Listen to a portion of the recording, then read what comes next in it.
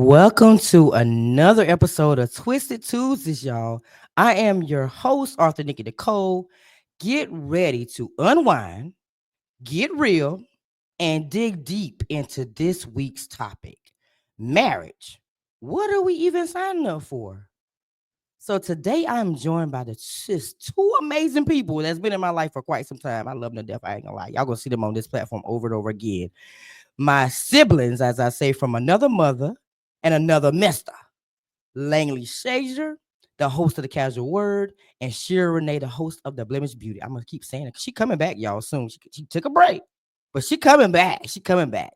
So today we're gonna peel back the layers of marriage, what it really means in today's world, from commitment to expectations. We're giving you the raw truth and a twisted perspective of marriage because we all been there. We've been there. We've done that. So buckle up because this conversation is about to get real. So after their countdown, please welcome them back to the platform again.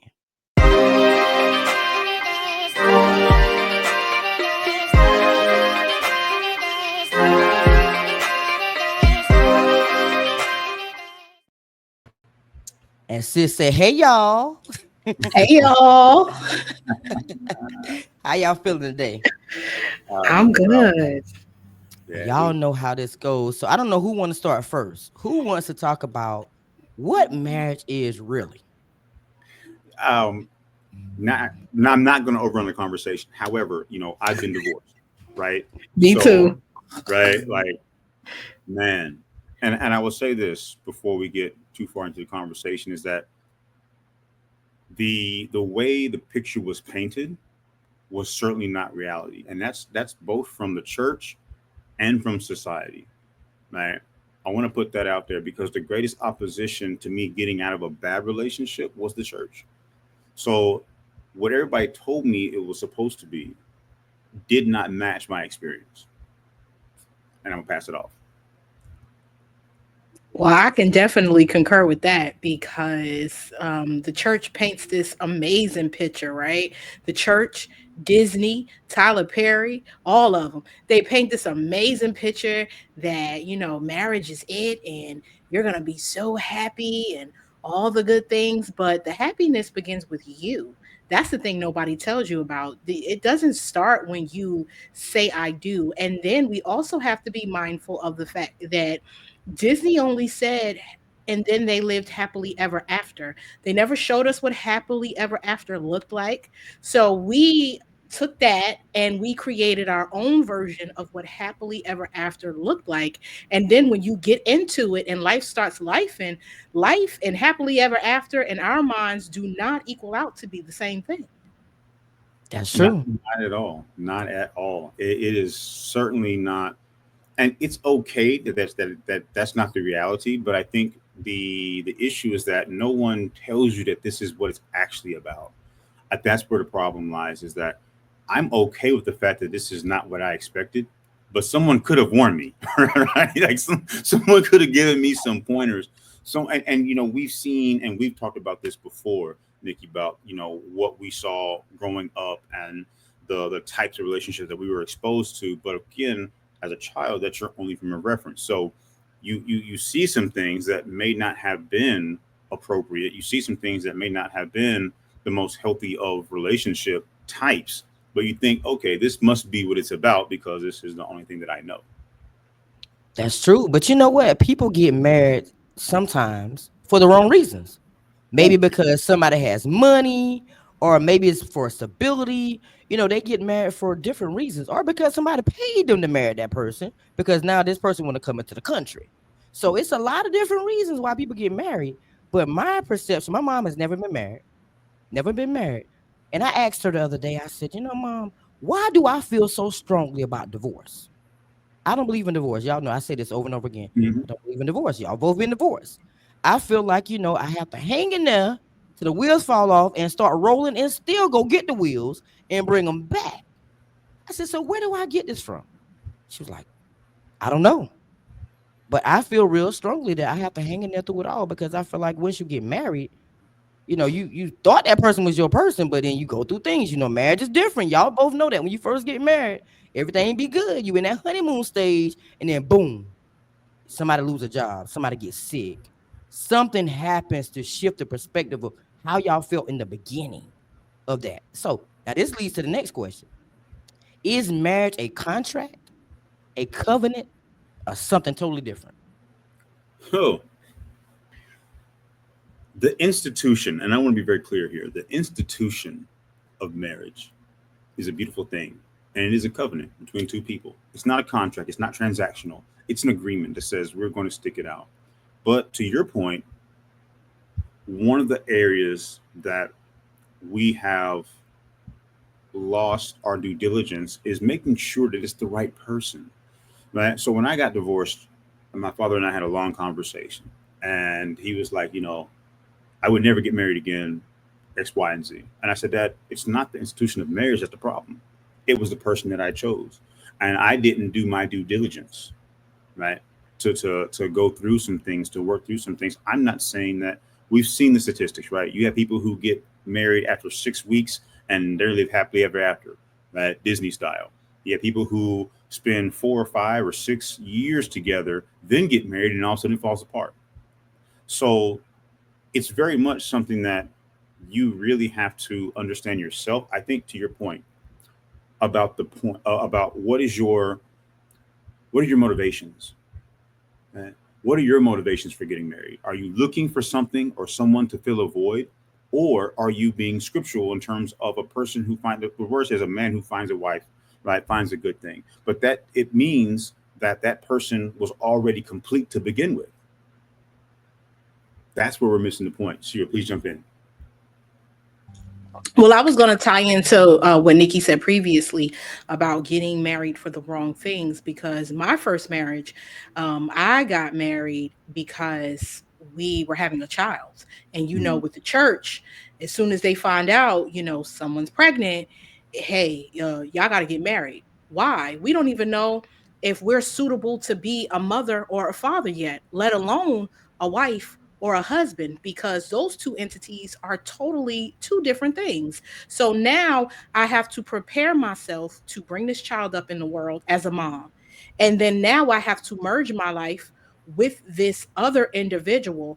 And I'm still not even fully mentally capable of handling adult things as it is. So now I have to grow up with the baby, the man, and myself all together. That's a lot of pressure to put on people. And I think that like you said, we have to figure out what is important to us. What's the why behind why we're getting married? A lot of people like the convenience of marriage.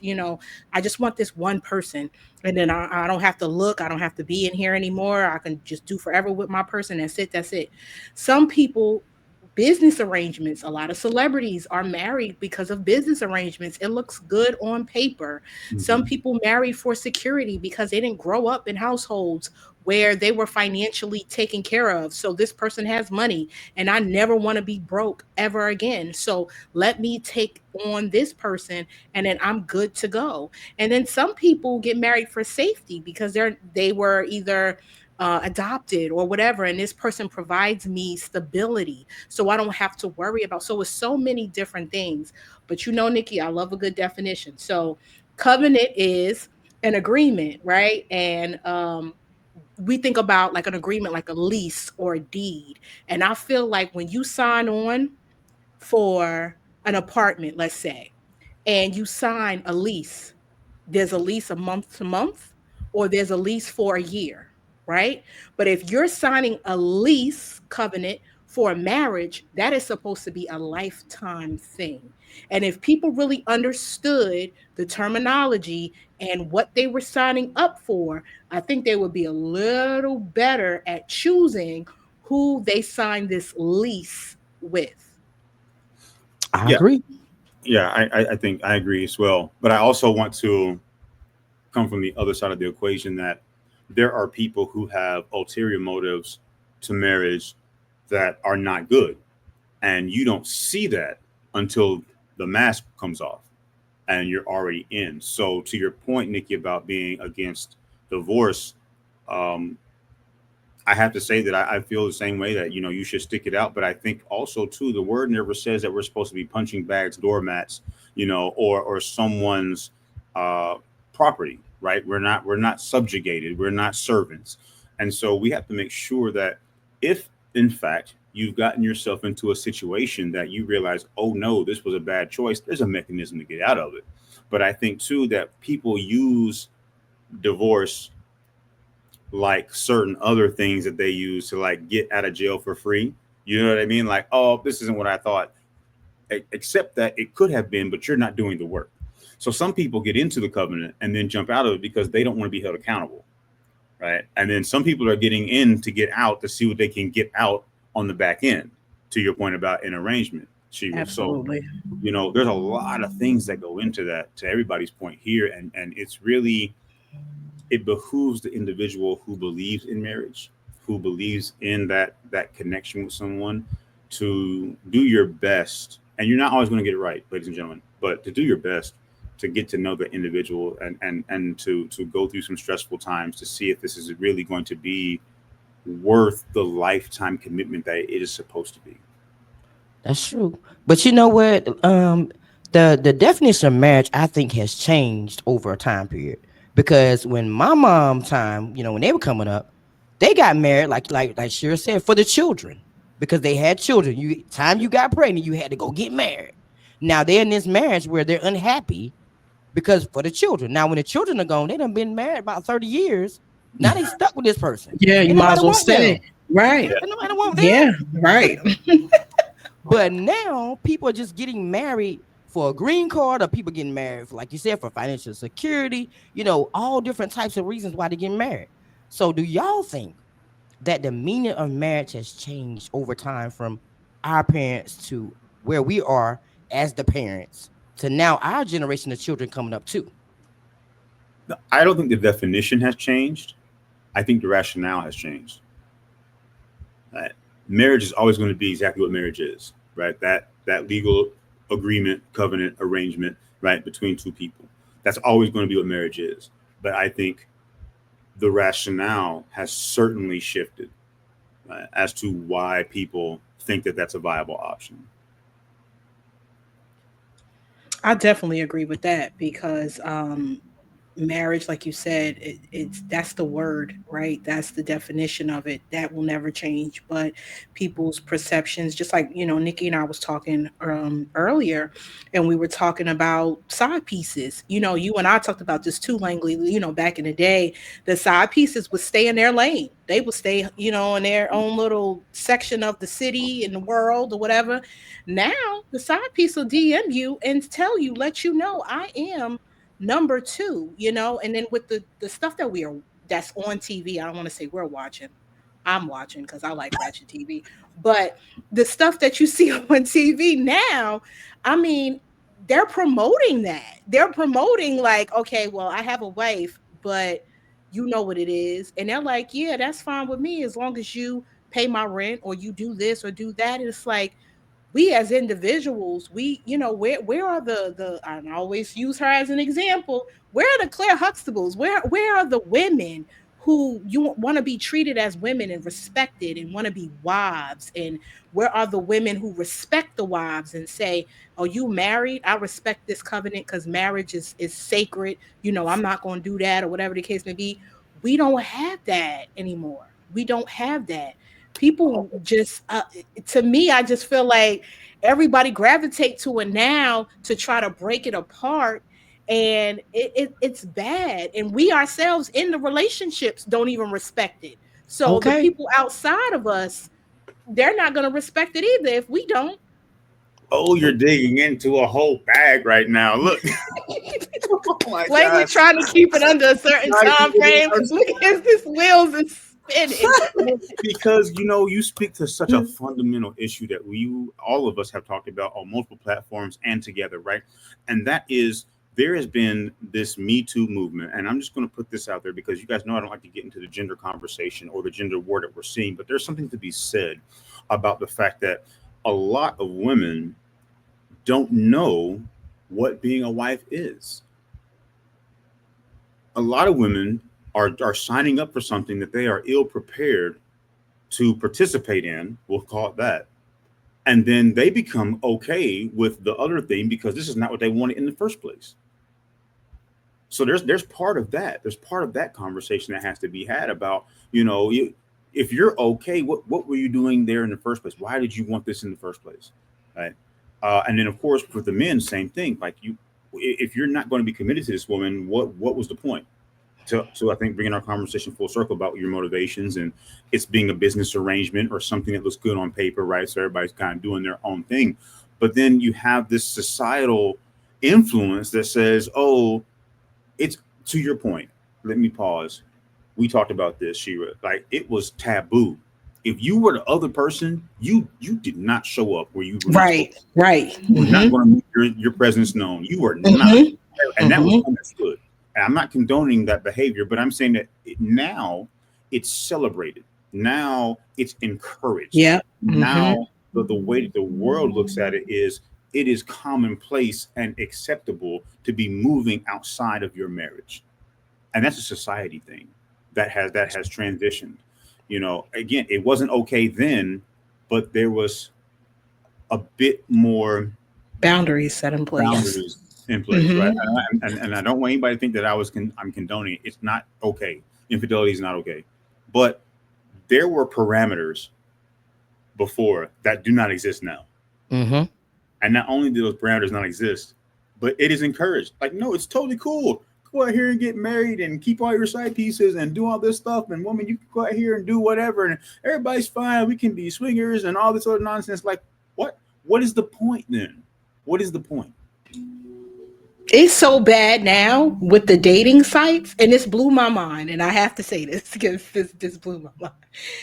People actually have this on their dating profiles that they are non-monogamous. And what that means is they are, look at Nikki, they are letting you know up front that they are not going to be faithful. They are interested in a non-monogamous relationship. So that means you can be one of multiple.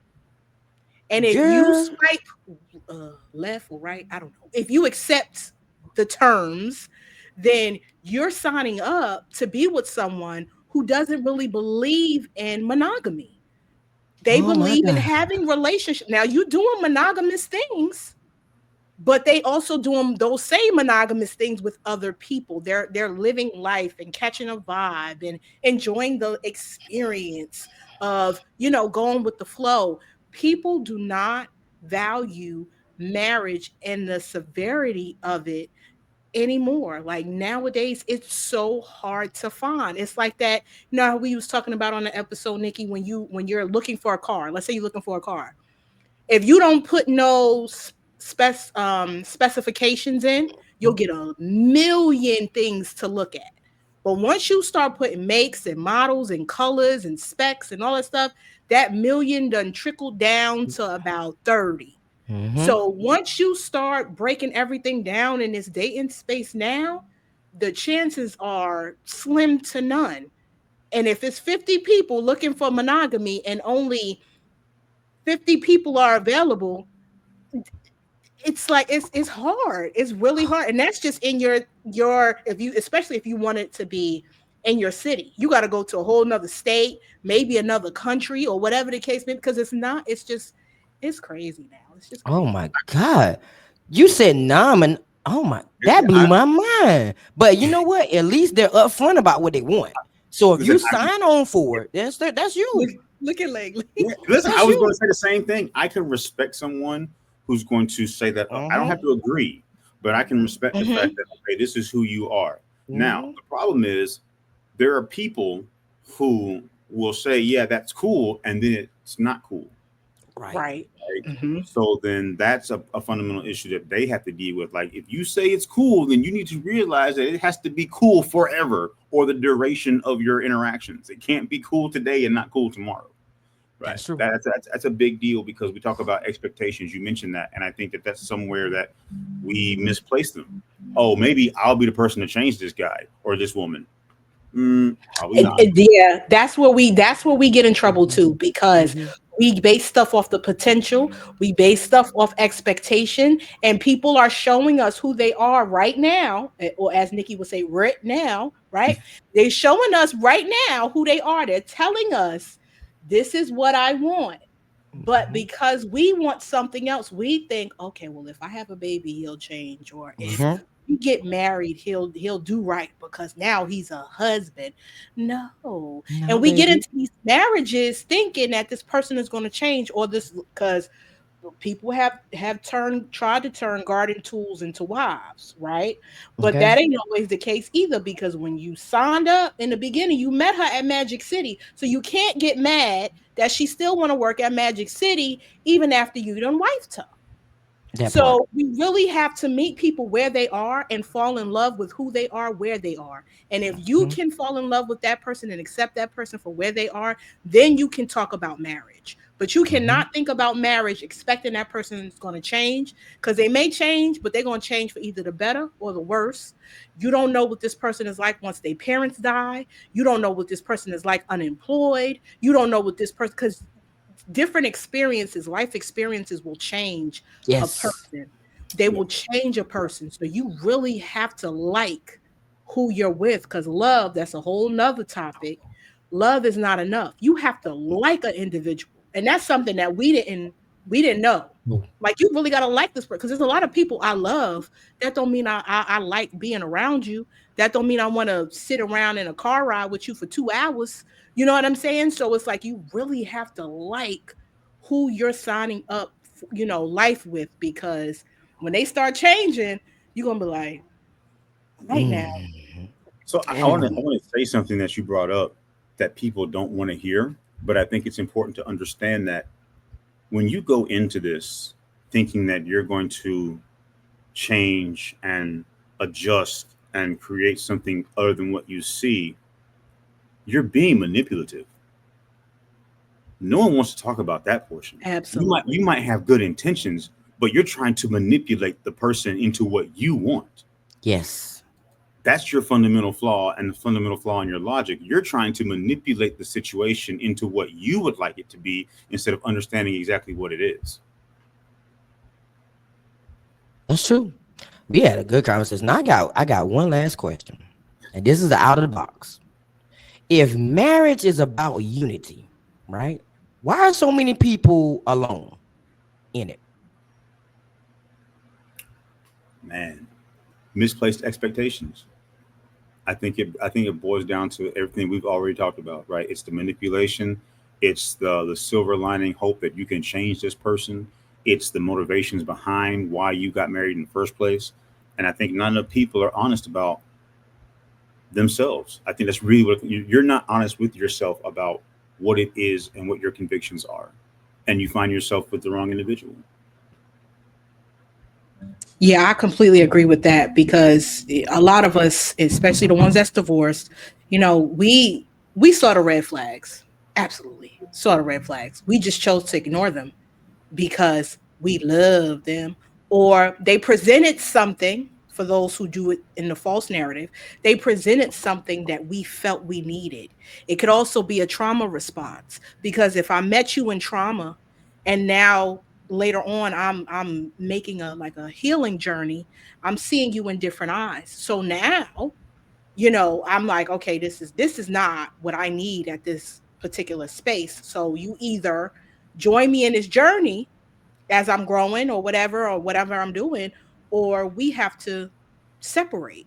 So I think it's, you feel alone because, like Langley said, misguided expectations. You have a certain expectation. You probably didn't communicate that. You kept that in your mind, because a lot of us females do that. We'll have these expectations in our mind and figure that our spouse is a mind reader, and they're Right. just going to get it. Just like when we say, I need you, can you take the garbage out? And then they don't take it out right now, we get an attitude. But you didn't say, can you take the garbage out right now? Right now. So, we have to do a better job at communicating what we want, how we want it, and be okay with knowing if this person cannot give you that, do not settle, keep it moving. Right. But we sometimes we break our own boundaries for the sake of someone else, and then break our own hearts at the end of the day because we knew that person wasn't going to do what it is that we needed them to do. Come on now. Come on through now. Come on through. But you know what? I think a lot of people get together because of trauma bonding. You initially talk about, what you went through with your exes and what you went through in life in general. And then it becomes a connection between the two. And like you said, when one say, you know what, I'm a heal and I'm gonna not, I'm gonna let the past be the past. Now all of a sudden, y'all don't have anything in common. But I do believe people go through seasons. When you're in a relationship, you go through seasons. In the beginning, you're in your happy moment. You're in your best life. You live in your best life.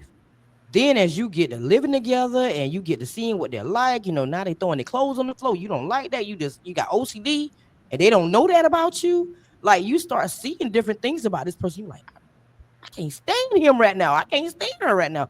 But it comes with getting to know that person. That's why I tell my kids all the time, do not rush into a situation with a person because you can be engaged for 5 years and then break up.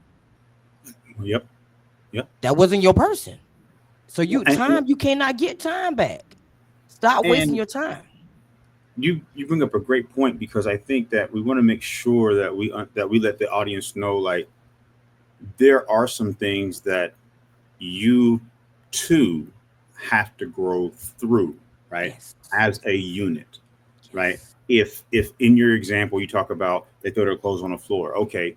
If that is a pain point, it needs to be communicated. Hey, I appreciate it if you stop. Absolutely. Right. Mm-hmm. Just bottle that up to Sheila's point, and then you explode. You don't never pick your clothes up. The first response is, "You never told me." You never said that, right? Yep. And then it's going to be like, "Well, how was you raised?" Right, and then it just continues to escalate.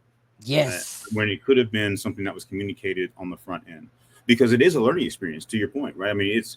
You go from, and it's not just about like physically sharing space, but it's time as well. You start to seize different things and you have to figure out, okay, what am I looking at? Is this something that I want to continue to deal with? If I address it and it doesn't change, what are my options after that? That's another thing we don't have time to talk about today. But if I say, hey, listen, I don't appreciate you throwing your clothes on the floor. We have a hamper, we have a basket. And then the very next day your clothes are on the floor. Okay, now we have an issue because I've communicated what I would appreciate you doing, and you doing the opposite tells me now that you don't respect me. Respect me. Whole other set of conversations that I'd love to get into. Those are the things that have to be worked through. Mm-hmm. Put part 2 in the comments, y'all. Yes. Put part 2 in the comments because you know it's coming. So now I added a new segment. Called the Twist Trivia. Let's see how much y'all know about marriage since y'all been married and divorced. See how much y'all know. So the first question is in Roman times, what was the purpose of the wedding ring? I'm gonna give you some options scrolling at the bottom. Let's see what y'all got. Oh, okay. Let me see. I'm gonna pick. Sure, you can't answer this question. Yeah, I was just gonna read the answers because I'm an audio baby now. Everybody don't watch the episode. So in ancient Roman times, what was the purpose of the wedding ring? A, to symbolize eternal love. B, to keep evil spirits away. C, to prove the marriage was legally binding. Or D, to show wealth and status. I'm going to pick D, to show wealth and status. I would have said C. Nikki told me what it was, but I would have said C. Y'all both wrong. It's to keep the evil spirits away. Snappy snap.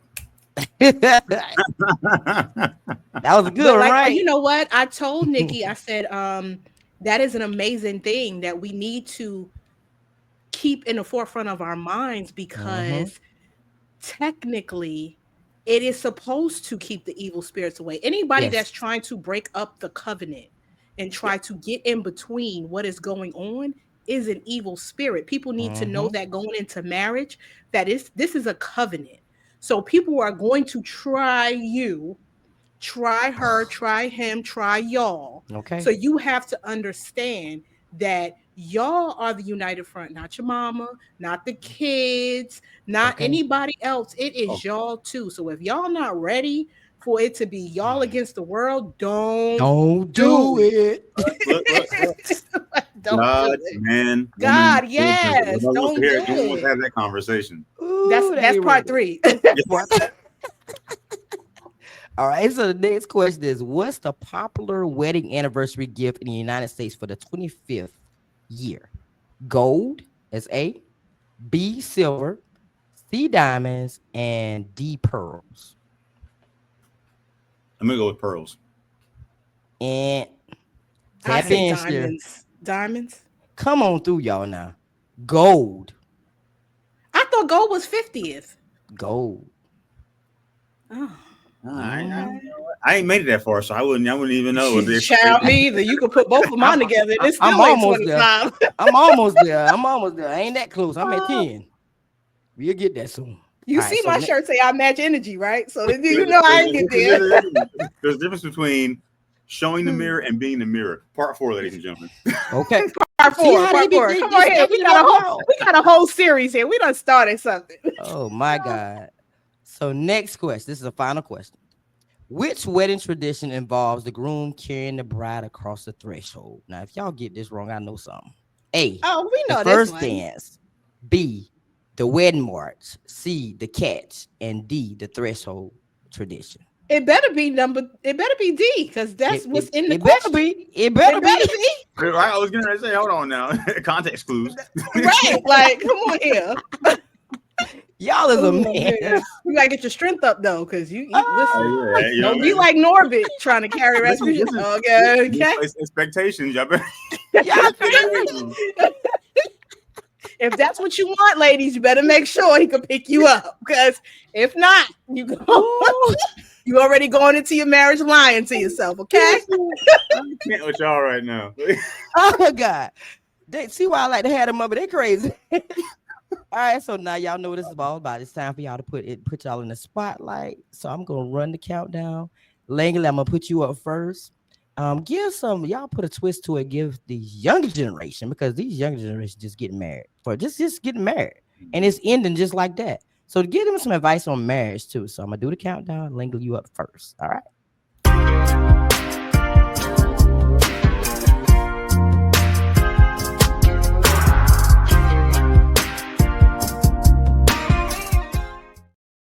Hey, what's going on, guys? Listen, I want to give the young generation some advice that may seem a little bit counterintuitive, even with me being a pastor. But let me tell you something, that if marriage is not for you, be honest with yourself.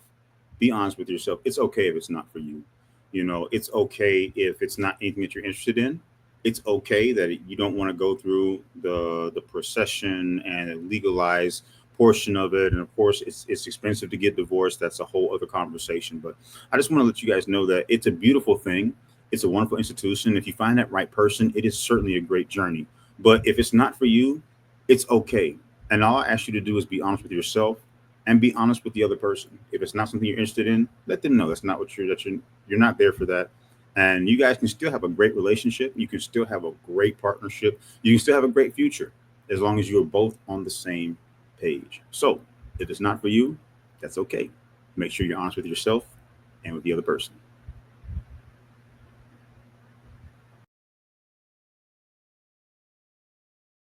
Can't hear you. Okay, so Langley didn't tell y'all where to find him, but if you check the scroll at the bottom, rewind it, you can follow him. Okay, or you can check it now because it's scrolling under me. But yeah, so marriage, do not let anybody force you to do anything you're not ready for. Just because you have a baby, just because you've been with somebody for a certain amount of time, do not let anybody put any timelines on you and what's best for you. You will never see this day again. You only have one life. And if this person doesn't give you peace in the dating space, they sure enough ain't going to give you peace in the marital space. Okay. So you guys can follow me on all these platforms down here at the bottom, Facebook, YouTube, TikTok. And you can also check out the Blemished Beauty Podcast, okay? Because Nikki has begged me to come back, and I'm back, y'all. So you can follow me at the Blemished Beauty Podcast, and you could go to SheraRenee.com and check out some of these good journals that I got, because we believe in self-discovery and self-reflection over here and living intentional lives. And I got an ebook on there too. So talk to y'all later.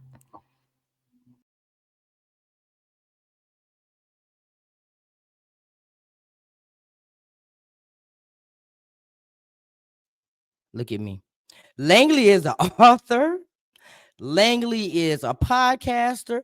Langley has like I think now I might be wrong. I know he got over 10. He got about 10 books out there that he didn't talk about. 7. He didn't even say nothing about that. He got the Baby Daddy book, Changing the Narrative. Now that one right there, I keep saying I'm gonna get it because that's interesting for me. He got all them books. Shera Renee, she got a coloring book. She got journals. She got ebooks. They don't be up in themselves when they come in, but leave it to me. I'm gonna do it. And she got the podcast that she left behind. She's abandoned my podcast, y'all. And after I had the doggone theme song in my head, every time I hear it, I be over here just to dancing about. Yeah, she got to come back. How she gonna be my sister? No podcast. I think, girl, I know you lying. But anyway, y'all, it's a great time when I have my 2 favorite people over here. I got a lot of favorite people, y'all. I got sisters and brothers from other mothers and misters all over the place that I just love dearly. So it's always a great conversation. I know y'all want part 2 and 3 and 4 because they already stacked it up. So they'll be back. We're gonna continue this conversation again. So thank you for tuning into another episode of Twisted Tuesdays. I hope that this conversation has allowed you to think about marriage a little bit more. Because you might like them in the beginning, you might love them in the beginning, but then you might get 5 years down the road and be like, I don't really want to do this. So what is marriage anyways? What are you signing up for? What are you signing up for? So thank you, Langley. Thank you, Shera Renee, for coming to join me on this conversation. Remember, the definition of marriage is as unique as the people that are involved. And it's up to us to shape it in the ways that make sense for us in our lives. You can't go off what Sue and Billy doing in their marriage. You got to go through it to know it. So until next time, y'all stay curious, stay open-minded, and keep questioning the norms in the world. Y'all have a great day. Later. Thank you for tuning into another episode. Check out what's coming up next. My grandma raised me. So the woman's role would be to you at home, right? You take care of home, you cook, you clean, you provide for your children. You want to make sure your husband is good because he don't work long hours. That's the role of a woman. But nowadays, all right, because we in a whole new type of lifestyle, the provider, the definition of a provider is just one who is providing, one who is taking care of home, one who is taking care of the children, one who is paying the bills. It doesn't matter the gender. Could be male, could be female. It's just that person that is taking care of life. So what you say, Charlie, from a male's perspective? From a male's perspective, I think a provider is one who provides for his family and for his circle, for those people that are around him, that him or her, that, that need that help.